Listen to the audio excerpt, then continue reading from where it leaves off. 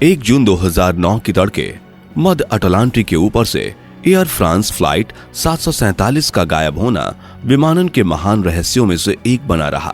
तकनीकी रूप से अत्याधुनिक विमान कैसे गायब हो सकता है, यह सोच कर सभी का दिमाग आज भी घूम जाता है। आखिर ऐसा क्या हुआ था उस वक्त जो एक साथ विमान में बैठे 228 लोग और पूरा का पूरा प्लेन ही गायब हो गया, और जब मिला तो 228 लोगों की लाश उस प्लेन में पाई गई। इन सभी चौंकाने वाले सवालों से हम आज की वीडियो में पर्दा उठाने वाले हैं, जिनके बारे में जानकर आपको भी हैरानी होगी। तो वीडियो को शुरू करने से पहले आप हमारे इस चैनल सुपर फैक्ट हिंदी को सब्सक्राइब कर लें और हमारे इस वीडियो को लाइक जरूर करें, ताकि रोजाना ही ऐसे अमेजिंग और हैरान करने वाली वीडियोस हम आपके लिए लाते रहें। तो बिना देर किए शुरू करते हैं आज की हमारी ये हैरान करने वाली वीडियो। ये घटना 31 मार्च 2009 ब्राजील के एक इंटरनेशनल एयरपोर्ट से रात को 10:29 में पेरिस के लिए एक प्लेन उड़ान भरती है। इस प्लेन में कुल 228 यात्री मौजूद थे जो पेरिस जा रहे थे। ब्राजील से पेरिस जाने में लगभग 10 से 12 घंटे का समय लगता है। एयर फ्लाइट 747 ने लगभग 3 घंटे का उड़ान भर लिया था। ब्राजील के एटीसी भी लगातार संपर्क बनाए हुए थे। जहाज अब समंदर के ऊपर से जा रहा था और तभी एटीसी से 747 के कनेक्शन टूट गए। समंदर के बीच में संपर्क टूट जाना कोई बड़ी बात नहीं है। आमतौर पर ऐसी जगह पर एटीसी से संपर्क टूटना आम बात है, क्योंकि ये एटीसी के रेंज से बाहर होता है। दूसरी ओर समंदर के उस पार सेनेगल एटीसी से भी फ्लाइट 747 से संपर्क नहीं बन पा रहे थे, क्योंकि इसका भी रेंज वहां तक नहीं था।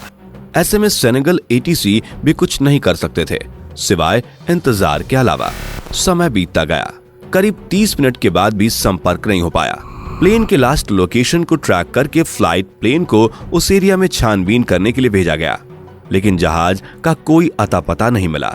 सुबह होने तक जहाज के कई मलबे मिलना शुरू हो गए। ये प्लेन रहस्यमयी तरीकों से क्रैश हो गया था। फ्लाइट 747 के यात्रियों का इंतजार कर रहे रिश्तेदारों को यह पता नहीं चल पाया आखिर हुआ क्या। उन लोगों को समझाना भी बहुत मुश्किल था। अचानक प्लेन कैसे क्रैश हो गया। इस प्लेन की इन्वेस्टिगेशन के लिए 2 टीम का सिलेक्शन किया गया। पहला जहाज के ब्लैक बॉक्स को और दूसरा टीम लाशों को रिकवर करने के लिए हर दिन लाशों को निकालकर घर वालों को सौंप दिया जाता था। अंतिम संस्कार के लिए कुछ लाशों को तो पहचाना गया और कुछ लाशों की पहचान कपड़ों से की गई, क्योंकि लाश बहुत बुरी तरह से जल चुकी थी। कुछ लोग तो ऐसे भी थे जिन्हें अपनों तक की लाशें भी नसीब नहीं हो सकी। 16 दिन के खोज के बाद 228 लोगों में सिर्फ 50 लोगों की ही लाश रिकवर हो पाई और बाकी लोग और प्लेन के ब्लैक बॉक्स समंदर की गहराइयों में कहीं खो गए थे और इस गहराई तक खोज करने वाली टीम भी नहीं पहुंच पाती। ब्लैक बॉक्स को खोजने के लिए न्यूक्लियर सबमरीन का इस्तेमाल किया गया। ये सबमरीन ब्लैक बॉक्स से निकले अल्ट्रासोनिक सिग्नल को फाइंड करने की कोशिश कर रहे थे और ये काम भी बहुत जल्दी हो रहा था, क्योंकि ब्लैक बॉक्स सिर्फ 30 दिनों तक ही सिग्नल भेज सकता है। दिन गुजरता गया। हर दिन खाली हाथ के अलावा कुछ नहीं मिलता। 12 महीने खोजबीन और 7000 स्क्वायर फीट एरिया खोजबीन के बाद भी ब्लैक बॉक्स का पता नहीं चला।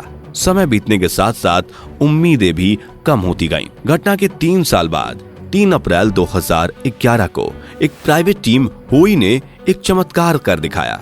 इस टीम ने अपने टेक्नोलॉजी के द्वारा 30 दिन के अंदर ही ब्लैक बॉक्स को खोज निकाला। इन्हें पता था कि समंदर में छानबीन करने से कोई फायदा नहीं होने वाला। समंदर के सतह पर गैस या मिट्टी के अंदर कहीं ब्लैक बॉक्स दब गया होगा। इसलिए उन लोगों ने कुछ मशीन पानी के अंदर नीचे भेजा जो फुल्ली ऑटोमेटिक था और इसको रिमोट से भी कंट्रोल किया जा सकता था। इस पनडुब्बी मशीन की खास बात यह थी कि यह समंदर की सतह का भी पता लगा सकता है, बिल्कुल रडार की तरह, और ये एक माओ तैयार कर सकता था। कुछ दिन बाद जब उन लोगों ने स्कैन की गई फोटोज में जहाज का एक बड़ा हिस्सा सतह पर दिखा तो तुरंत एक टीम को वहां भेज दिया। थोड़ा सा खोजबीन करने के बाद गायब जहाज का डाटा रिकॉर्डर, वॉइस रिकॉर्डर दोनों को 3 साल बाद रिकवर कर लिया गया। हैरानी की बात तो ये थी कि उन लोगों ने सिर्फ 30 दिन के अंदर ही ब्लैक बॉक्स को खोज निकाला। अब वक्त आ गया था 3 साल पहले की रहस्य से पर्दा उठाने का, और जब ब्लैक बॉक्स से जो कहानी पता चली, इसे सुनकर इन्वेस्टिगेटर की सोच ही बदल गई। तो आइए सुनते हैं गायब जहाज लॉस्ट प्लेन की रहस्यमयी कहानी, या कहें तो गायब जहाज की कहानी। इस कहानी की शुरुआत करते हैं उड़ान करने के 3 घंटे के बाद से, जब ये जहाज ब्राजील के एटीसी के संपर्क से बाहर हो गया, एटीसी को लग रहा था कि ये प्लेन हमारे दायरे से बाहर हो गए। दूसरी तरफ पेरिस के एटीसी से भी कनेक्ट नहीं हो पा रहे थे। उन्हें भी यही लग रहा था कि कुछ मिनट के बाद ही हमसे संपर्क हो जाएगा। असल में फ्लाइट 447 जहाज एक भयानक मुसीबत में फंस गया था।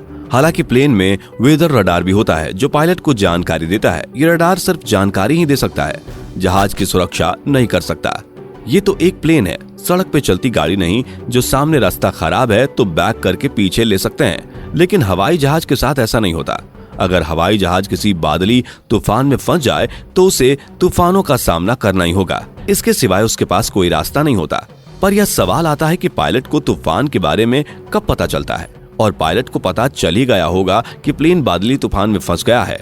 फ्लाइट 447 जहाज तूफान में फंस गया था और बादलों में होता है ढेर सारा पानी जो -40 डिग्री सेल्सियस में आसानी से फ्रीज हो सकता है। अब तक तो प्लेन में सब कुछ ठीक था, सिर्फ एटीसी से संपर्क टूट गया था। इसकी अब जरूरत भी नहीं थी। कुछ देर बादलों में उड़ान भरने के बाद पायलट को कुछ आवाजें सुनाई दे रही थी। आवाज थी बर्फ के टुकड़े की जो प्लेन में टकरा रही थी। इस जहाज को 10 घंटे उड़ान भरना था, इसलिए इस प्लेन में 3 पायलट मौजूद थे। इस प्लेन में सबसे एक्सपीरियंस पायलट यानी कि कप्तान ने 3 घंटे उड़ान भरी थी, तो वो रेस्ट करने के लिए चेकआउट कर गए थे और पूरा कंट्रोल को पायलट के हाथ में था। रात का समय, ऊपर से तूफान, बर्फ की टक्कर की आवाजों से पायलट घबरा गया। पर डरने की बात अब तक नहीं थी। जब ऑटो पायलट अच्छे से काम कर रहा था तब तक आसानी से तूफानों में प्लेन आराम से उड़ सकता है। जो बर्फ था इससे बचने का कोई उपाय नहीं था। ये बर्फ के टुकड़े ने उन सेंसर्स को फ्रीज कर दिया जो ऑटो पायलट को जानकारी देता है। अगर ऑटो पायलट की सेंसर खराब हो जाए तो पायलट अंधा होने के बराबर है, यानी कि ऑटो पायलट काम करना बंद कर देगा। ठीक ऐसा ही हुआ था फ्लाइट 447 के साथ। अचानक ऑटो पायलट डिसेबल होने के कारण जहाज लेफ्ट की ओर रोल करने लगा। को पायलट तुरंत ही मैनुअल कंट्रोल अपने हाथों में ले लेता है और प्लेन को सीधा करने की कोशिश कर रहा है। जहाज अब कभी लेफ्ट कभी राइट की तरफ हो रहा है। को पायलट रोलिंग स्टेबल करने में लगा था। करीब 3 मिनट तक ऐसे ही चलता रहा। इसके बाद को पायलट ने गलती कर दी। उसने प्लेन की साइड स्टिक को पीछे की तरफ खींचा, जिसके कारण जहाज की नोज ऊपर होने लगी और प्लेन का एटीट्यूड बहुत तेजी से चलने लगा। जब प्लेन का एटीट्यूड बढ़ाना होता है तब प्लेन को 2000 से 3000 फीट स्पीड से ऊपर ले जाना होता है। प्लेन 447 4000 फीट पर उड़ रहा था, वो भी तूफानी बादलों से होते हुए। प्लेन का एंगल ऑफ अटैक 30 डिग्री हो चुका था। ये खतरे की पहली घंटी थी।